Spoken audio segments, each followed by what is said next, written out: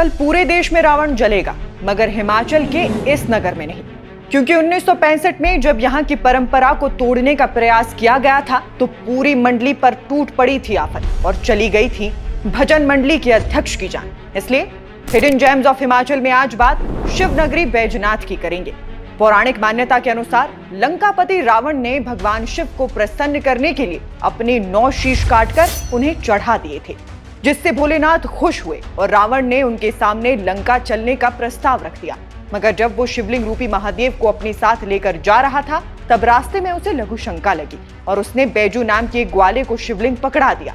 मगर जब रावण को देर हुई तो ग्वाले ने शिवलिंग वहीं रख दिया, जो बाद में रावण से भी नहीं उठा और भोलेनाथ वहीं स्थापित हो गए। ऐसे में रावण की भक्ति का सम्मान करने के लिए बैजनाथ मंदिर में दशहरा कभी नहीं मनाया जाता और स्थानीय लोगों में मान्यता है कि अगर कोई रावण का पुतला जलाता है तो उसकी मृत्यु हो जाती है। इससे जुड़े 2 इंस्टेंसेस को याद करते हुए लोग बताते हैं कि एक बार 1965 में कुछ बुजुर्गों ने इस रीति को तोड़ने का प्रयास किया था तो अध्यक्ष की मौत हो गई थी।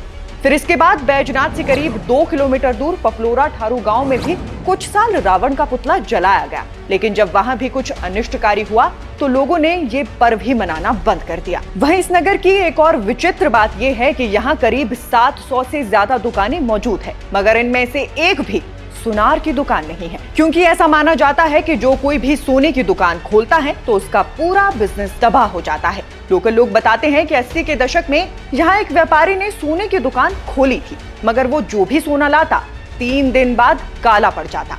ऐसे में उसका बिजनेस में नुकसान हुआ, फिर परिवार में अनहोनी हुई और दुकान बंद। लोग बताते हैं वो बैजनाथ में खुली सोने की आखिरी दुकान थी।